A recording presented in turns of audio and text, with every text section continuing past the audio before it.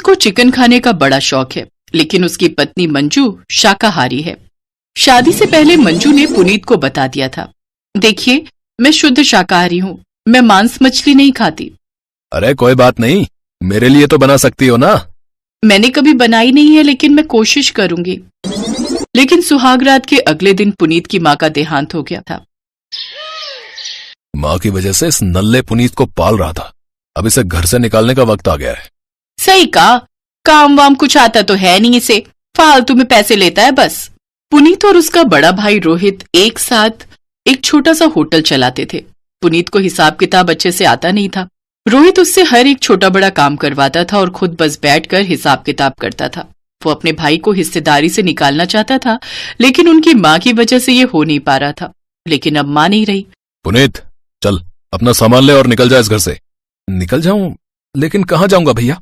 अरे मुझे क्या पता, जहां मर्जी चला जा, लेकिन इस घर में तुझे और तेरी बीवी को जगह नहीं मिलेगी, समझा? मंजू ने रोते हुए अपनी जेठानी का पैर पकड़ लिया। दया कीजिए दीदी, मेरी अभी अभी शादी हुई है, मैं कहाँ जाऊंगी? इस बैल बुद्धि से शादी ही क्यों की? इसके दिमाग में गोबर है गोबर, कुछ काम धंधा आता नहीं है इसे। फालतू में हर महीने पैसा मिलता है इसे, लेकिन और नहीं। निकल जाओ यहाँ से। रोहित और शीतल ने मिलकर पुनीत और मंजू को घर से निकाल दिया। शीतल ने बस अपने लिए कुछ साड़ी ले ली और खाना बनाने के लिए उसे बस एक हांडी और एक चम्मच मिला। दीदी, एक हांडी और एक चम्मच से मैं खाना कैसे बनाऊंगी? साथ में और कुछ तो दे दो। अरे जा जा, ऐसा क्या बनाएगी तू, इतने सारे बर्तन लगेंगे, खाना तो तुझे सूखे चावल ही है, इसमें ही हो जाएगा। एक हांडी में क्या क्या बन सकता है ये शायद शीतल को पता होता, तब शायद वो हांडी भी ना देती। जो भी मिला उसे समेटकर पुनीत और मंजू नए घर की तलाश में निकल गए। मंजू माफ कर दो मुझे, मेरी वजह से शादी के बाद ही तुझे ये सब सहना पड़ रहा है। इसमें आपकी क्या गलती है जी? आपको कैसे पता होता कि आपका बड़ा भाई और भाभी ये सब करने वाले हैं? असल में बचपन से ही मैं बाल बुद्धि हूँ, मैं पढ़ाई लिखाई में अच्छा नहीं था। भैया हमेशा मुझे डांटते थे, सिर्फ माँ मुझसे प्यार करती थी। माँ की वजह से ही सब कुछ सही चल रहा था। कोई बात नहीं जी, अब मैं आ गई हूँ ना, अब सब कुछ ठीक हो जाएगा। कैसे ठीक होगा मंजू? न मेरे पास पैसे हैं और ना ही घर, हम कहाँ रहेंगे? क्यों? फुटपाथ पर कितने सारे लोग रहते हैं, हम भी रहेंगे। और पैसा कहाँ से आएगा? अभी हम भीख मांगेंगे, बाद में देखा जाएगा। मंजू ने फुटपाथ पर लकड़ी और अपनी साड़ियों से एक तंबू जैसा बना लिया और उसी के अंदर दोनों रहने लगे। अगले दिन सुबह पति पत्नी भीख मांगने लगे। भगवान के नाम पे कुछ दे दो, भगवान तुम्हारा भला करेगा।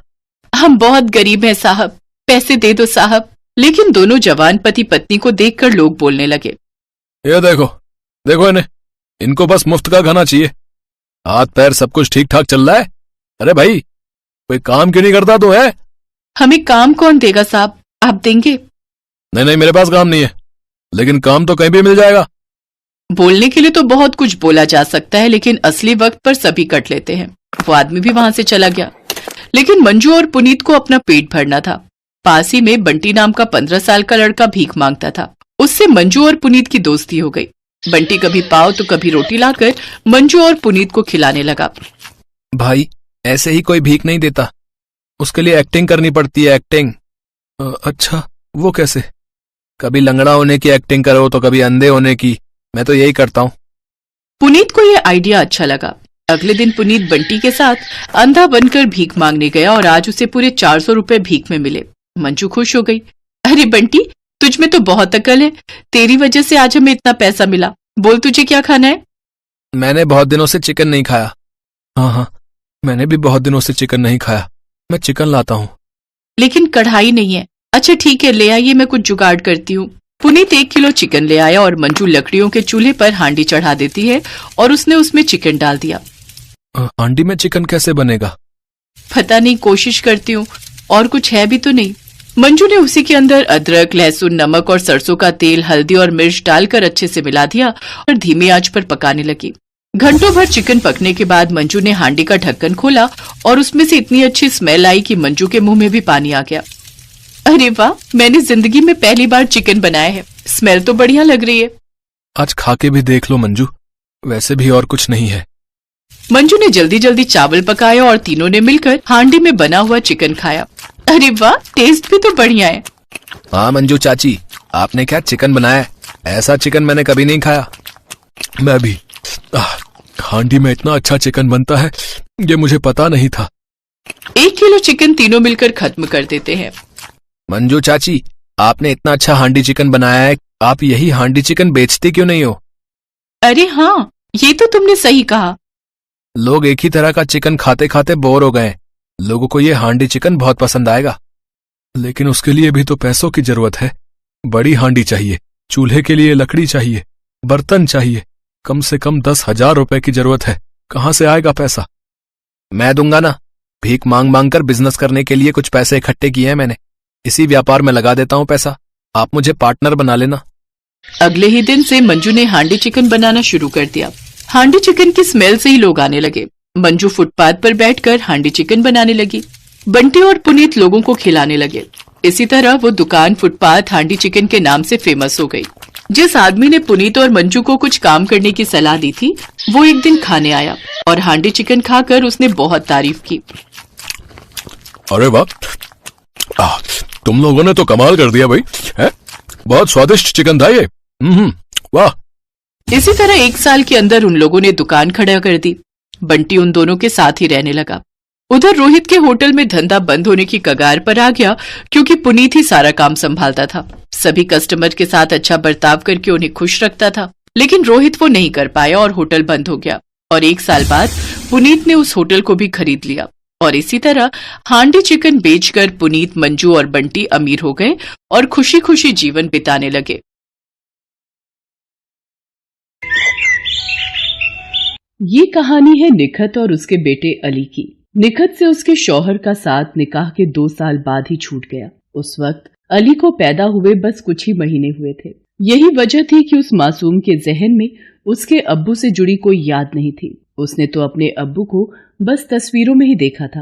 अम्मी, अब्बू को खाने में क्या पसंद था? वही जो तुझे पसंद है। वो भी तेरी तरह बिरयानी पसंद करते थे। अच्छा, फिर तो वो आपसे हर रोज बिरयानी बनाने को बोलते होंगे, जैसे मैं बोलता हूँ।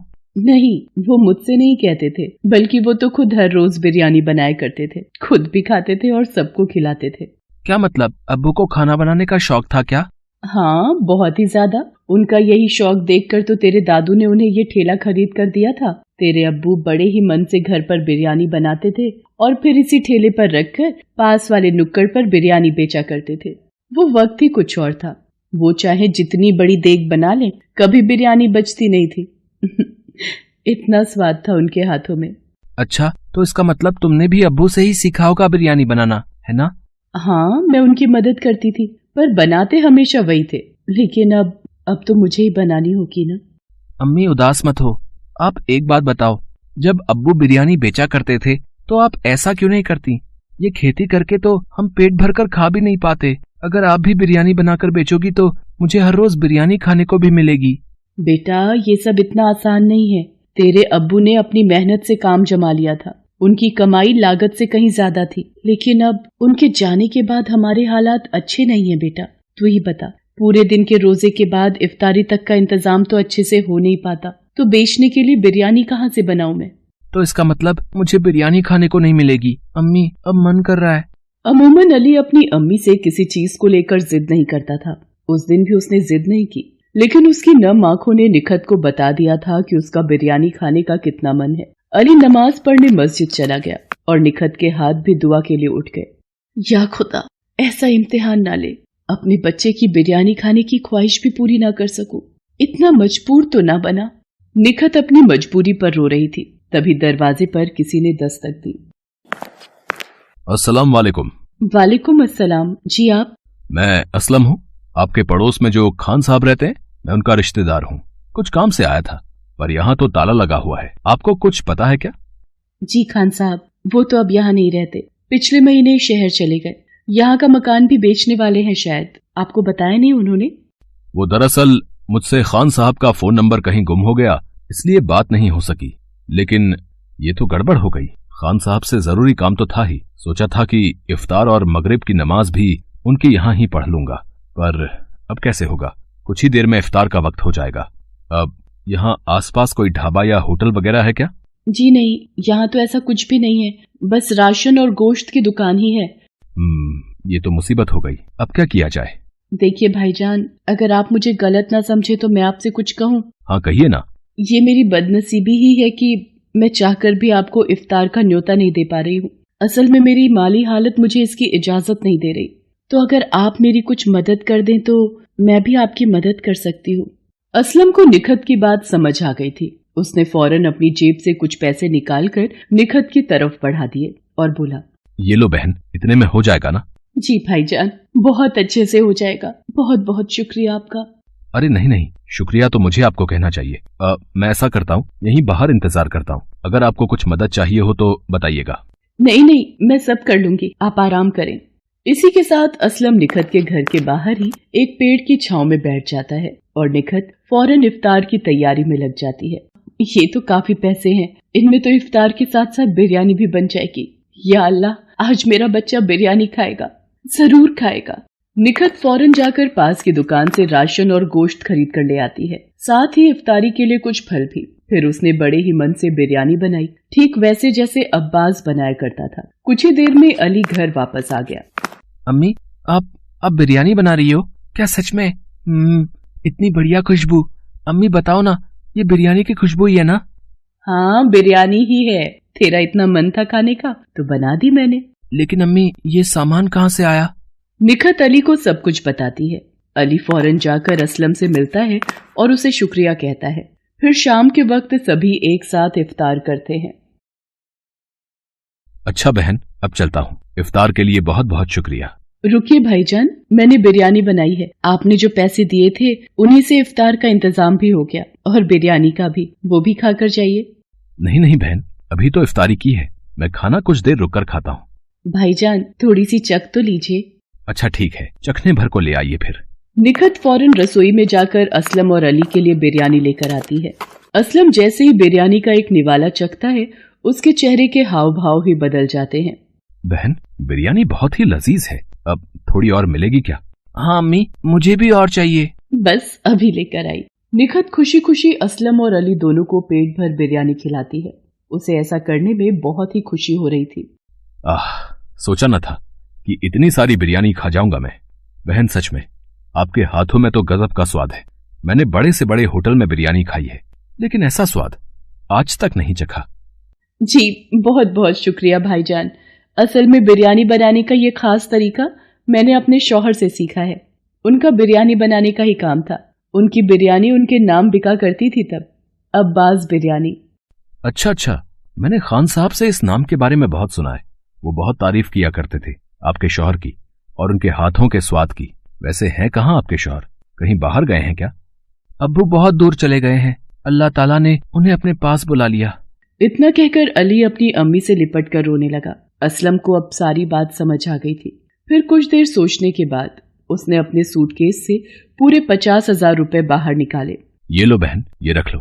जी, ये इतने सारे पैसे? नहीं भाईजान, माफ करिए, पर मैं इन्हें नहीं ले सकती। पहले आपने जो मदद की वही मुझ पर और मेरे बच्चे पर बहुत बड़ा एहसान है आपका। अब मैं आपसे और कुछ नहीं ले सकती। ये तो आपको मुझे भाई बनाने से पहले सोचना चाहिए था। मैं ये पैसे इसलिए दे रहा हूँ ताकि आप अपने शोहर का रुका हुआ काम फिर से शुरू कर सको। वो वही है ना अब्बास भाई का मशहूर ठेला? ये ऐसे अच्छा नहीं लग रहा। ये पैसे रखो और इस ठेले को फिर से खुशगवार कर दो। मैं जल्द ही आऊंगा फिर से बिरयानी खाने। इतना कहकर असलम ने निखत के हाथों में वो पैसे रख दिए। निखत कुछ न बोल सकी, लेकिन उसकी आंखों से बहते आंसुओं में उसके जज्बात साफ झलक रहे थे। असलम वहां से चला गया, लेकिन निखत और अली को एक नई जिंदगी दे गया। निखत ने ठीक वैसा ही किया जैसा कि असलम ने उससे कहा था। पूरे रमजान रोजा रखने के बाद निखत ने ईद वाले दिन से बिरयानी बनाकर बेचने की शुरुआत की। उसके हाथों से बनी बिरयानी की खुशबू जल्दी ही सारे गांव को उसके पास खींच लाई। निखत, वाह बेटी, बहुत ही अच्छा किया तुमने। अब्बास के जाने के बाद तो जैसे बिरयानी में स्वाद आना ही बंद हो गया, लेकिन अब फिर से बिरयानी महकेगी और सबकी जुबान पर चढ़ेगी। लाओ जल्दी से प्लेट लगा कर दो। निखत और अली खूब मेहनत से अपना बिरयानी का ठेला चलाने लगे। गांव के लोग तो पहले दिन से ही आने लगे थे, लेकिन धीरे धीरे दूसरे गांव और पास के शहरों से भी निखत को बिरयानी बनाने के ऑर्डर मिलने लगे। अब निखत और अली को किसी बात की कमी नहीं थी। उनके रहन सहन से लेकर खाना पीना सब बढ़िया हो गया और अब अली स्कूल जाकर पढ़ने भी लगा। निखत का ठेला जल्दी ही नामी होटल में बदल गया। अस्सलाम वालेकुम, कैसी हो बहन? अरे भाईजान आप? वालेकुम अस्सलाम। आइए, बाहर क्यों खड़े हैं, अंदर आइए। निखत के होटल को देखकर असलम को बहुत खुशी हो रही थी, साथ ही फक्र भी। बहन सच में मान गया आपको। इतने कम वक्त में आपने क्या से क्या कर दिखाया, वो भी इतनी छोटी सी रकम से। नहीं भाईजान, ना वो रकम छोटी थी और ना ही आपकी मदद। आपकी दुआ और अल्लाह ताला की नेमत से हुआ है ये सब। मैंने तो बस अपना काम किया है। आइए, बिरयानी तैयार है, आप नोश फरमाइए, मैं बस अभी आई। वाह बहन, बिल्कुल वही स्वाद और बेहतरीन। अल्लाह आपको ऐसी ही बरकत दे। शुक्रिया भाईजान। अब ये लीजिए, ये आपकी अमानत मैंने संभाल कर रखी हुई थी। ये क्या बहन, ये पैसे लौटाकर मुझे पराया मत करो। नहीं भाईजान, आप कभी पराये हो ही नहीं सकते। मैं ये पैसे आपको लौटा नहीं रही हूँ, बल्कि इसलिए दे रही हूँ ताकि इनकी मदद से आप फिर किसी बहन की जिंदगी बदल सके और अल्लाह की रहमत सब पर यूं ही बरसती रहे। असलम निखत की तरफ देखकर मुस्कुरा दिया और उन पैसों को लेकर फिर से निकल पड़ा किसी नई निखत और अली की